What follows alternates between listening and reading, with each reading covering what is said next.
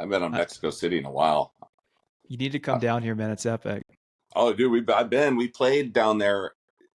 You know what's fun? Yeah, no, I've had some fun there. I can't get into details, but it's wild shit.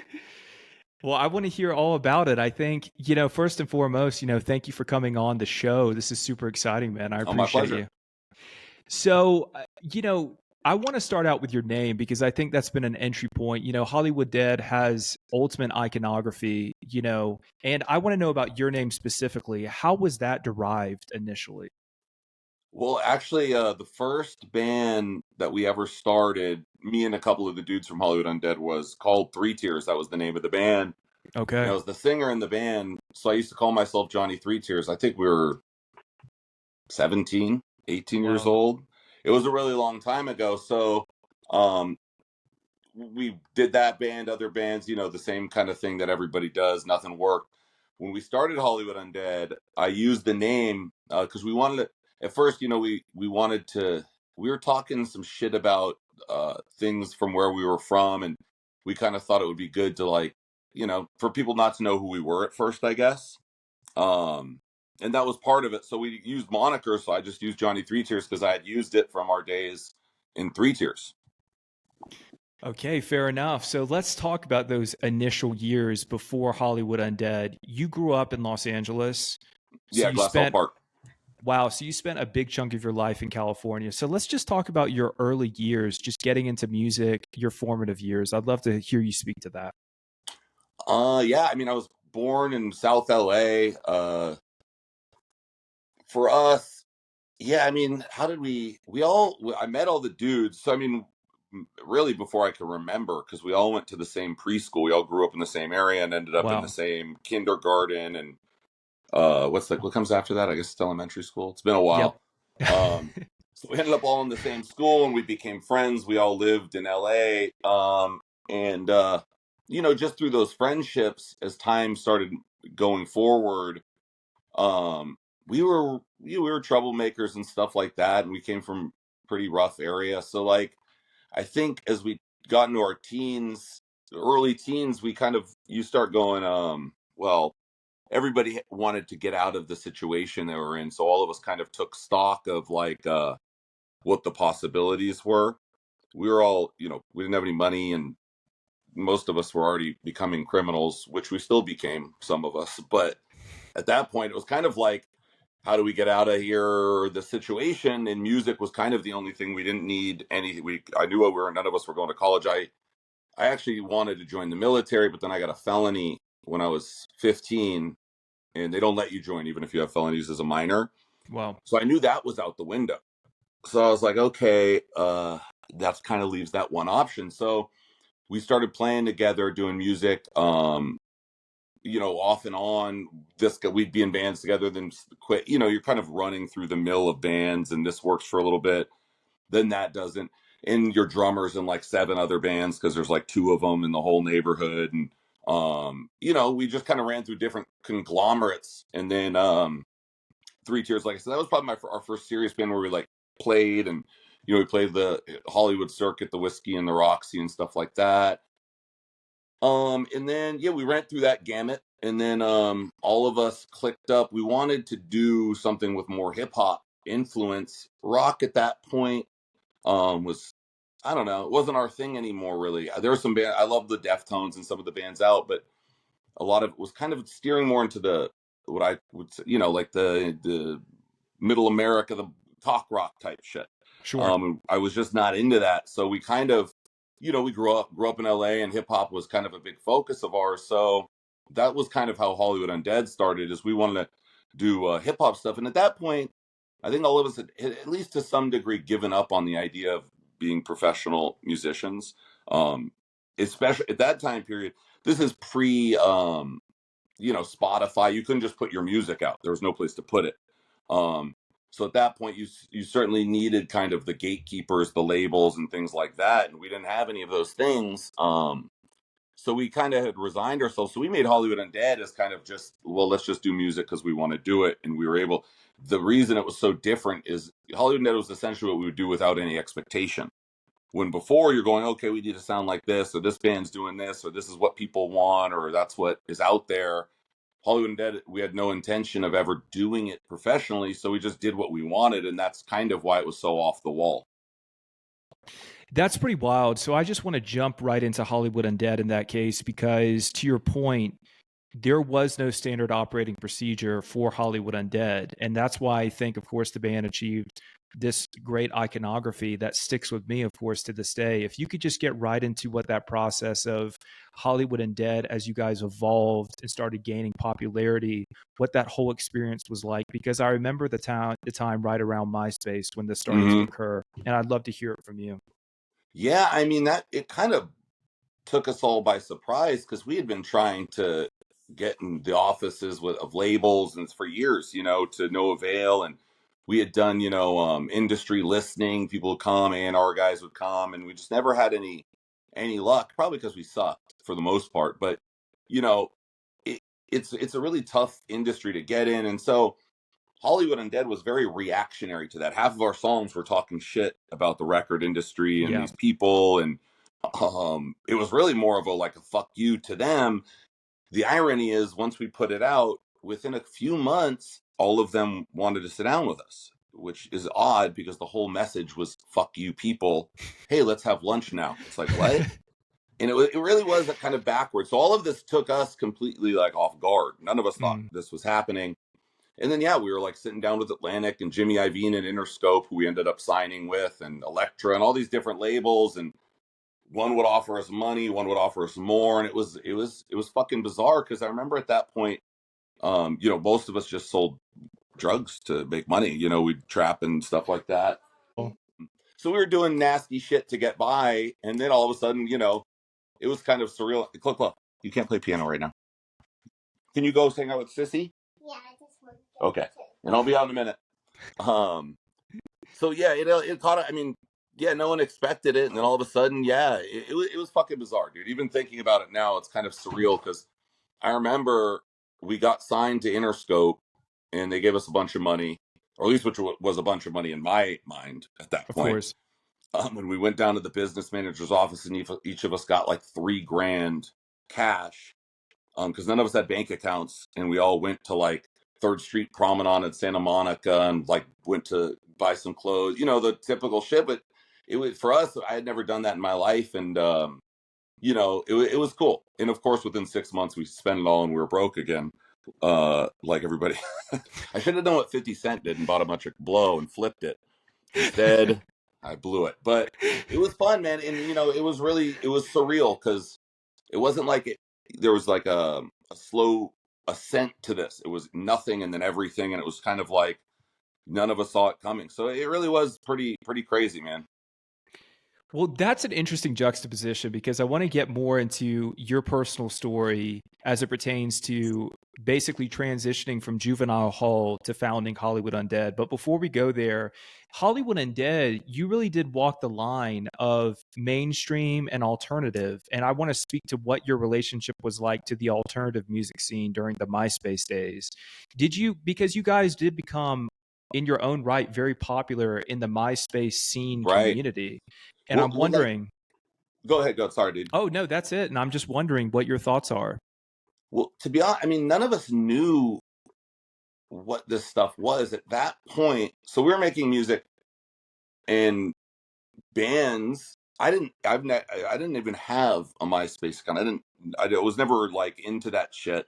I'm still not. Um, but that's where bands put their music. Every band was Sure. putting their music out there, and they had like a kind of a modern or modern day of streaming mechanism. You could listen to music, Of you'd have course. a player up there, and you could listen to songs. So we started putting it up there, and yeah, that was so like that was kind of how word spread. I remember like the Strokes, who I love. They posted something about us. We're like, whoa, and like it kind of this Sure. word of mouth type thing. And then where we were from, we were going around. We did a bunch of Hollywood Dead stencils and tagged them all over Hollywood, and we knew everybody at least from LA at that point. We were kind of the group. Most people in Hollywood are from elsewhere. They're expats and stuff like that. We were kind of the townies because we were all from there, and that was somewhat rare, especially in our age. So we were kind of well known just because we were like the locals. So we'd all grown up there when everybody else had kind of moved there for one reason or another. And so, just kind of people just started talking, and, words started getting around about us. And yeah, it was weird. The MySpace thing, I don't know exactly how that the whole thing got married together. I think it's because that's where most people heard of us. But at that point, everybody had their music on MySpace. For some reason, ours just caught on there. So maybe like the way someone might get big off SoundCloud now, or something along that line. I don't know if there's a basis of comparison. Um, so yeah, I mean, it was, the whole thing was fucking weird, dude. And then yeah, I mean, it got us a record deal and all this other stuff. We'd never even played a fucking show as Hollywood Undead. So it was all kind of backwards, or the way it was backwards of every way I ever thought it was supposed to go. Um, Especially because when we wrote Hollywood Undead, our last expectation was commercial success. That we just said whatever we wanted and did whatever we wanted, because you're no longer in the confines of like, hey, this might be successful, so we shouldn't say that or should do this. We literally just made what we wanted to make, and a lot of people loved it, a lot of people hated it too. um but that was all exciting to us, you know what I mean? It didn't make a difference to us. Even now, someone might, that I've never taken any of that stuff personally, but we certainly made a mark, and culture kind of went, oh, okay, well, this is new and this is something different. um and that's what's exciting about it. Even to this day, I think one of the reasons we're still a band, and we're recording now, which will be, I think, our eighth or ninth record, we still, when we go in the studio, we don't go in with some preconceived notion of what we're going to do. We'll write like classical stuff, we'll do like an acoustic folk song, and then some heavy gangster rap shit. And that's one of the reasons I'm probably still as engaged as I was then. Whereas there's never been a rule book. So we just kind of have always done what we wanted, for better or for worse. It's worked in our favor. It's worked against us, certainly, as well. Um, but yeah, there was never any rules or playbook or anything else. And so we just never really implemented one, which is probably why we've been through like 7 managers and 5 labels, is because they want a rule book and we just don't have one. And, it kind of gets chaotic. But that's kind of where Hollywood Undead lives comfortably, is in the space between the norms and stuff. So, um, I didn't see it coming. Fair enough. No, I love that. Yeah, there is no rule book. And I want to speak a little bit about your personal story before we touch back on Hollywood Undead. Your transition, as I mentioned, from Juvenile Hall to founding Hollywood Undead, that's super unique. And I want to know, in your words, what that experience was like, and if there's any interesting stories you can convey. Well, like I said, I was getting into a lot of trouble. Most of us had a fairly rough upbringing in that sense. Um, and I guess, when you're in that world, there's no real, in your mind, there's not like a clear path out of it. Hmm. Um, so as opposed to being like, oh, you just get engaged and you start doing stuff you really probably shouldn't do. And then there's repercussions for those things, but they don't really matter because nothing's all that bad compared to what's already happening. You know what I mean? Sure. People wonder why criminals commit crime. Well, a lot of times going to jail isn't so bad compared to what their regular reality is. That's how I felt. Like, I couldn't see a doctor or something like that when I was a kid. Like, we didn't have any money for that. And so when you're in jail, you get free food, like, and you have a place to sleep every night and all these different things. So it was never all that bad to me. But yeah, so I kept doing stuff I shouldn't have done. And then I finally got caught on like a weapons charge, which, is a big deal. And I already had all this other crap. That's why I couldn't end up being in the military, which probably worked out for the best. But, Yeah. so I got sent to the Central, which is in downtown LA, Central Juvenile Hall. Then went to Silmar. Then there's a place called Challenger out in Antelope Valley. And so I was in there for about a year and a half or Hmm. so. Um, and, I got out, and honestly, my viewpoint wasn't any different. I went right back to, doing whatever. But I definitely knew one thing at that point. When you're in there with young kids, the YAs and stuff like that, about half of them end up in prison. More than half, I would say. These guys, most of them are already gangbangers. You go to juvie, there's already units, like NO units for murderers. These kids have already killed other people, so they're already fucked for life, and they're 16. And so you see that, and you really see how far these things can start to escalate. And I knew I didn't want to end up in prison. Like, that was like, okay, I can't. That's when things, like, I started going, okay, I got to get something right.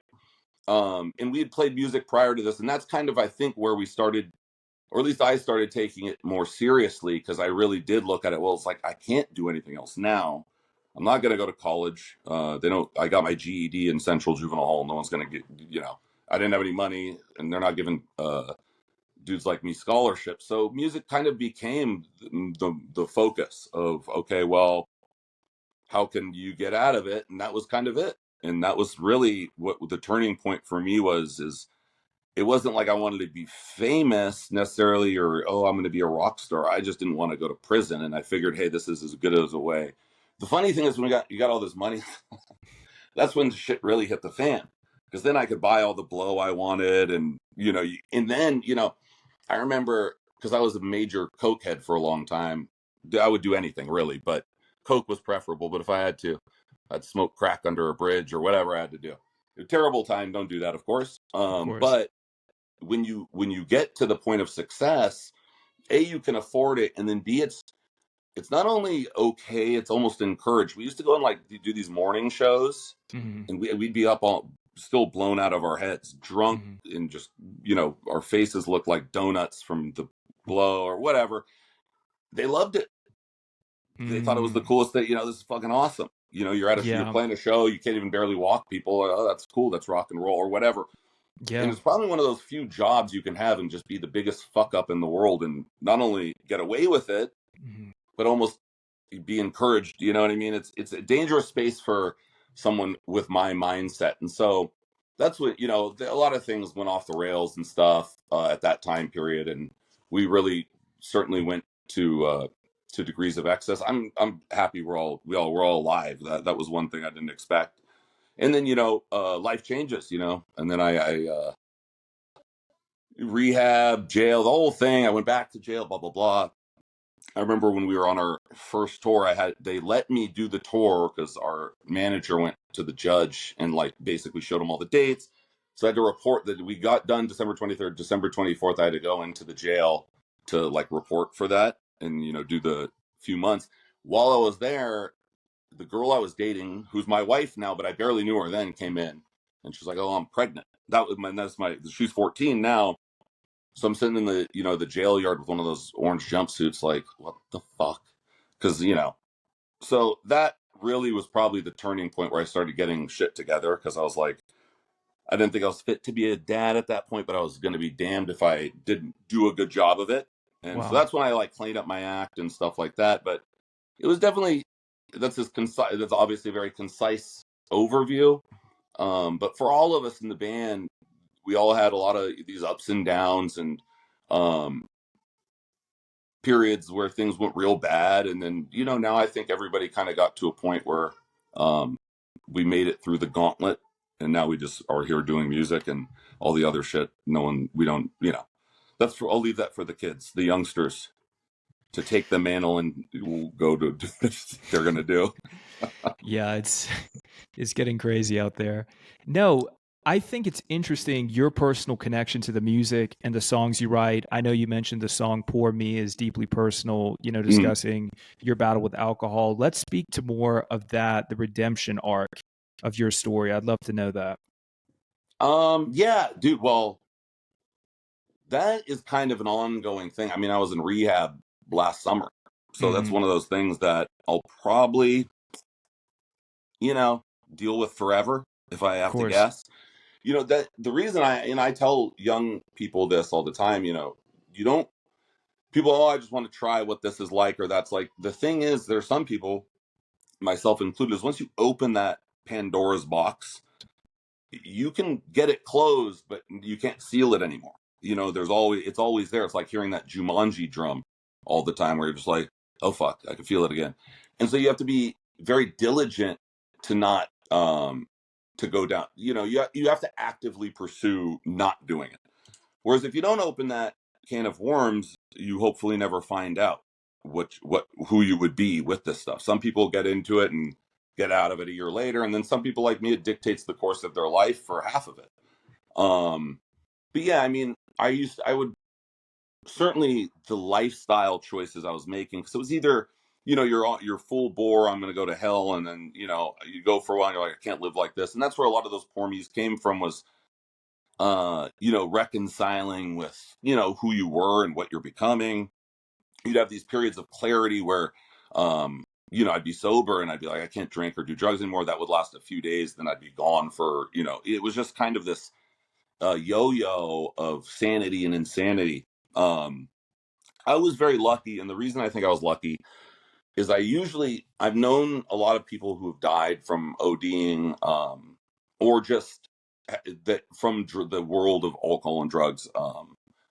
I'm sure we all a lot of suicide. It drives people to the brink. So, for my experiences with heavy users and people in that situation that I was in, you kind of have to hit a rock bottom to really go, okay, I have to stop. You're going to get a lot of warning signs, a lot of flashing lights. But for a lot of us, jail's not enough. This isn't enough. That isn't enough. And unfortunately, a lot of the times, rock bottom is death. That's the real rock bottom. And unfortunately, a lot of people hit that point before they get to a level where they can turn it around without. I've always wondered that if people, when they die or this happens, do they have a window where they know, like, oh shit, it's all over, all for this. Like, and you have this brief moment of time where you recognize what's happening. And I could imagine you're going, dude, I just threw my whole fucking life away to get high or whatever. I was fortunate because I had a rock bottom that happened, and it was pretty shitty. But my wife and my kid left, and she had finally just said, dude, you're, and I was. So I was forced. I lost my family, and that was enough pain. That was enough of a holy shit moment to make me go, okay.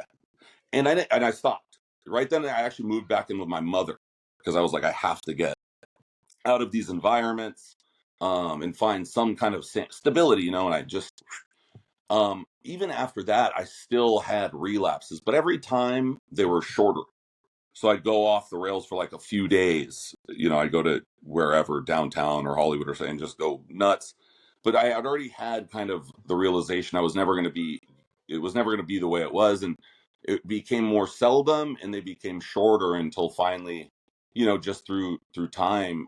But like I said, I was in rehab last summer because, shit happens and you have those triggers. And when you deal with the stresses of life in one way for so long, it's very hard to go, oh, okay, I'm going to do this and I'm going to go meditate instead, or, go see my therapist or whatever the fuck.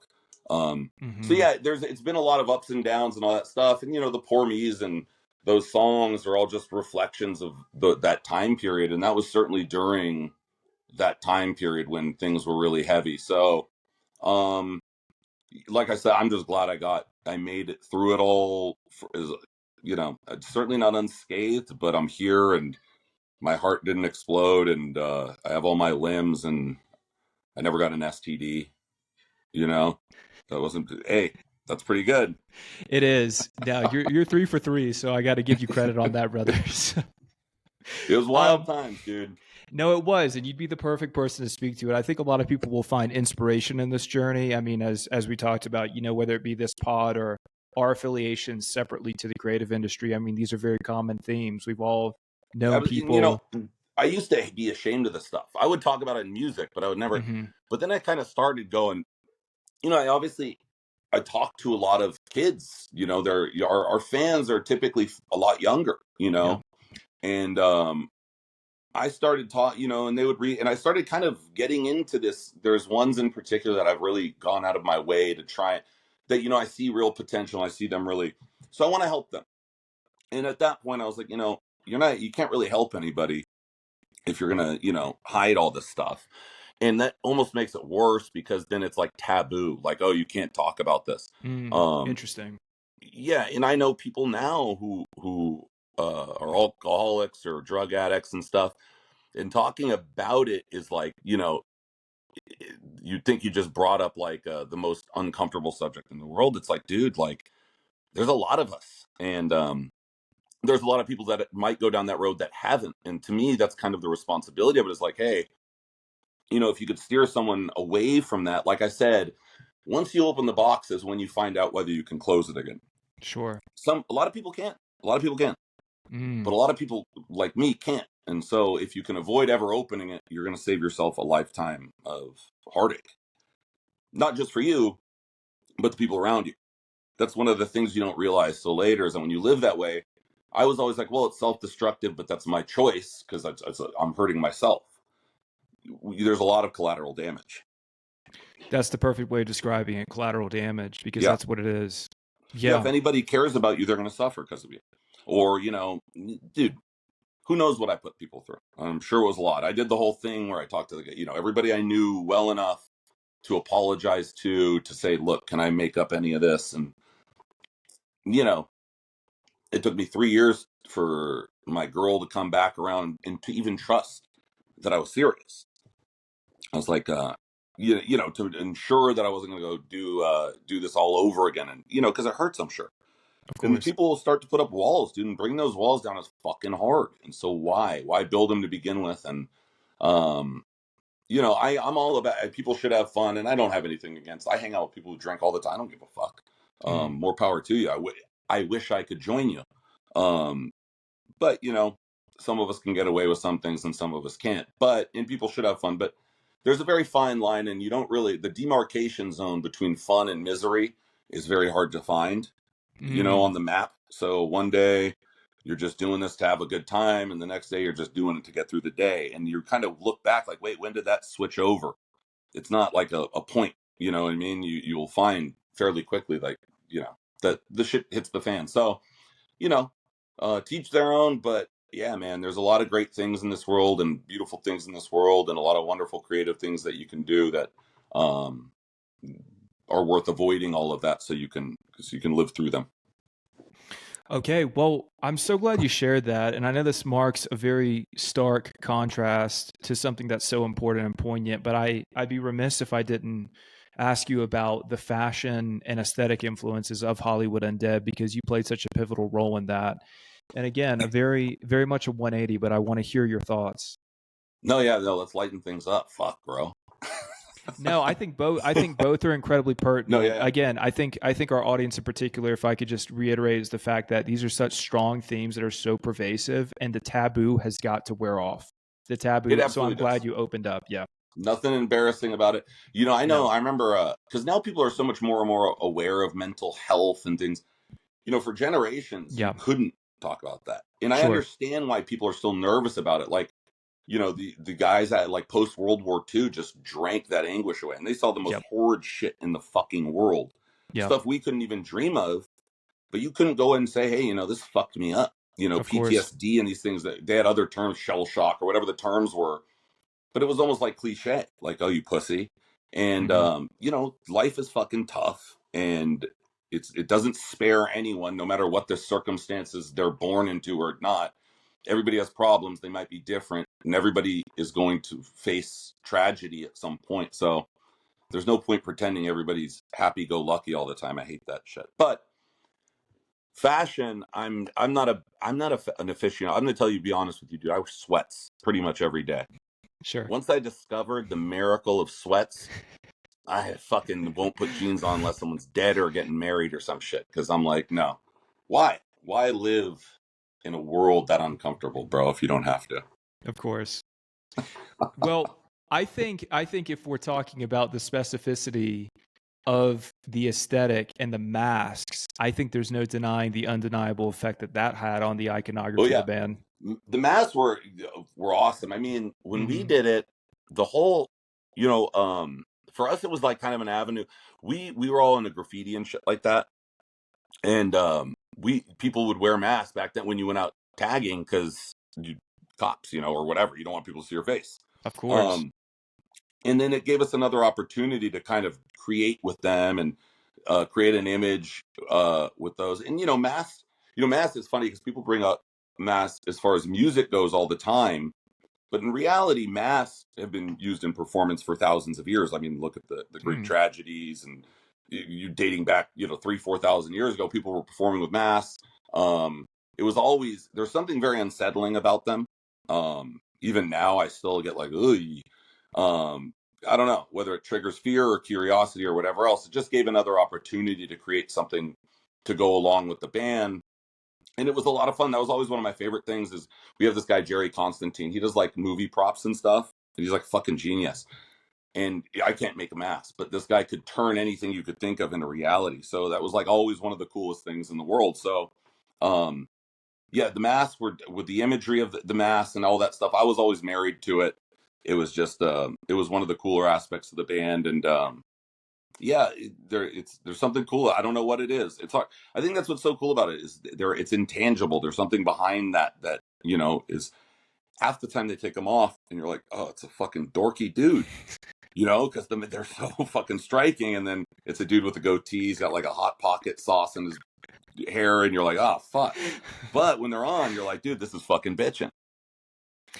And so because the masks have evolved over the years, obviously. So I'm curious as to what your input has been on that. Maybe has it reflected your mentality? Like what contributions have you made to the evolution of the masks and yours in particular? We all designed our own. We all kind of thought up, not that that's like genius or some shit. But we certainly had our own personal touch. And then on the last record, we didn't do them. And a lot of people didn't like that. But the truth is, the real reason is we didn't have anywhere to go.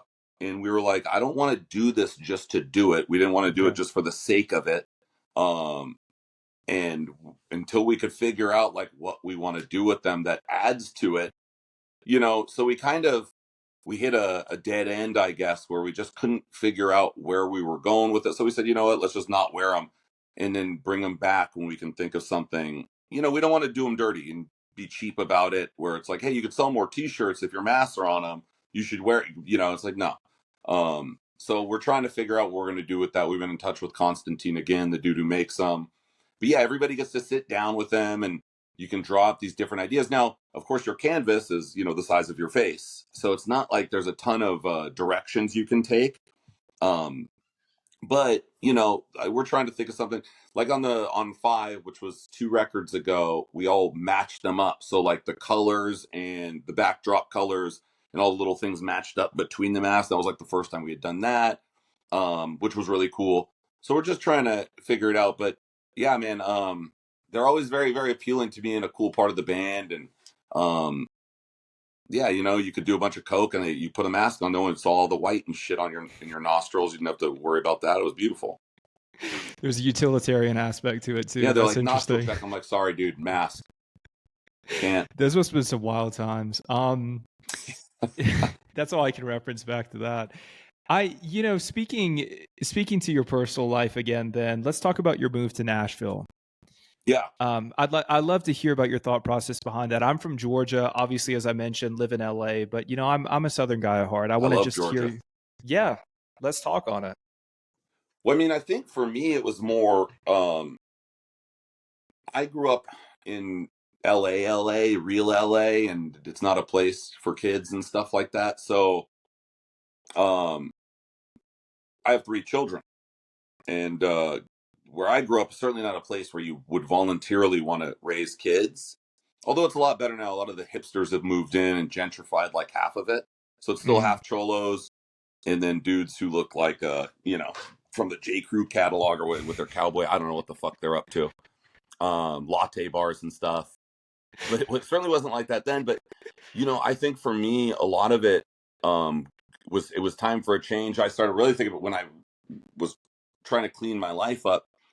When you're in an area where everything reminds you of things and everybody still is engaged in, I needed like a clean break to really to change. You know what I mean? It's really tough when you still hang out with half the dudes who sold you drugs or half the people you used to do this stuff with or that stuff with.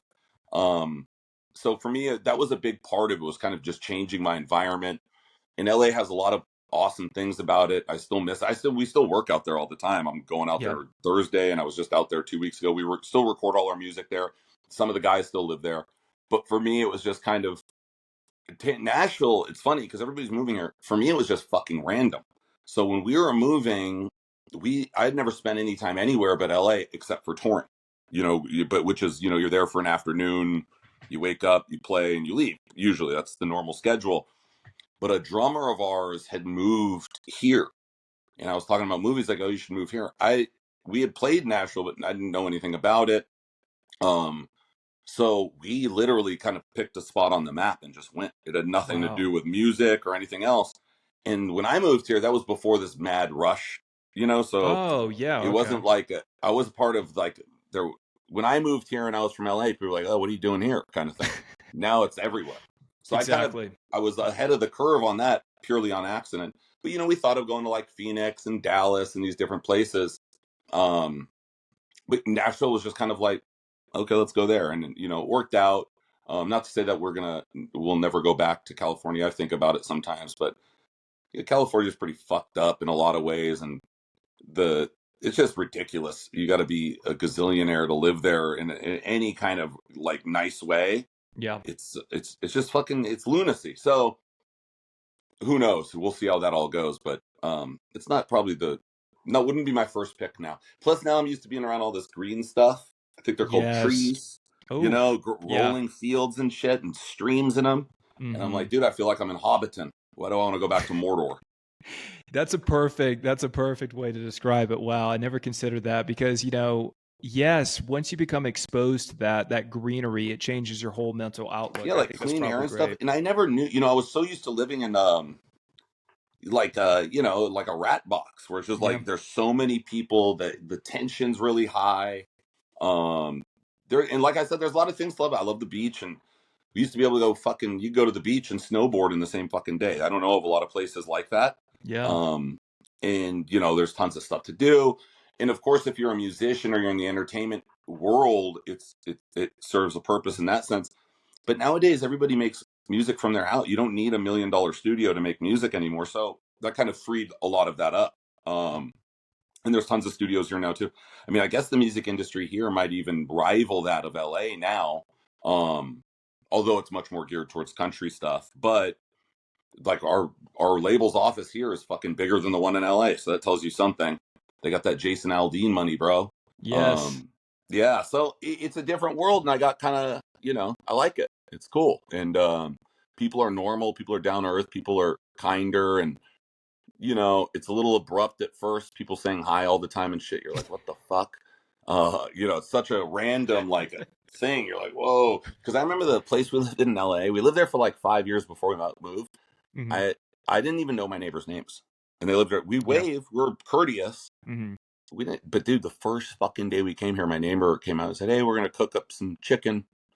Y'all want to come over?" And I was like, "What the fuck is this guy like? What's this guy's deal? Is he fucking nuts?" No, they're just nice. It was so weird, dude. Me and my wife got COVID at the same time. And it was fucking horrible. She had to go to the hospital. I mean, it was bad. Every day there's like shit on our porch, you know, a blanket, some stew. I don't know. And it was just it's wild because It is. I just never knew that that existed.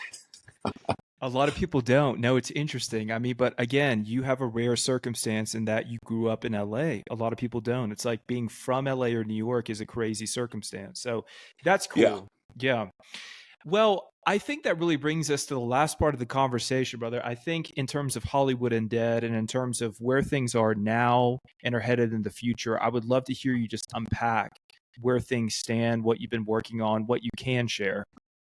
Okay, well, we're back in the studio. We're recording now. We just got back from a session in LA.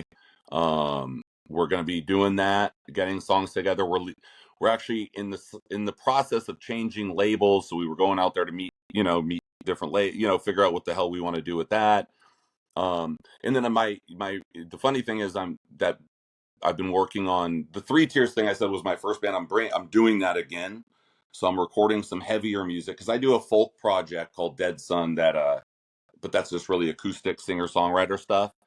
So I've been wanting to do some heavy stuff. So I've been working on that in the interim while we were touring. When we tour, we typically don't record because we get sick of each other. It's really Sure. hard to like tour and then go, okay, now let's go sit in a fucking room together after sitting on the bus. Hmm. Um, so I've been doing that, and then we just started. That was our first session for whatever it is we're up to now. We got actually one of my favorite songs we've done in a long time. So we're back at it, back in the studio, and we'll see what the future holds. But certainly new music, and we're going on tour in the summer. I don't think I'm allowed to say anything about it. Mm. They got all these fucking wacky rules, dude. I love doing it anyway, and getting them all. My managers all fucking heated up, and then ignoring their calls and shit, dude, just to be passive aggressive. That's the cokehead in me, dude. No, but yeah, we got a tour this summer, and new music. We're working on new music, so very exciting. I love working with the guys now. Um, we've been writing a lot more as a group. We used to kind of do our own little thing and then kind of come together with skeletons, but now it's more of, it's a good atmosphere. So we're like 20 years in now, and it's cool. We get along better now, and we enjoy writing together more now. We're lucky we made it through the part where you hate each other Yeah. and got out the other side. Most people never make it through that.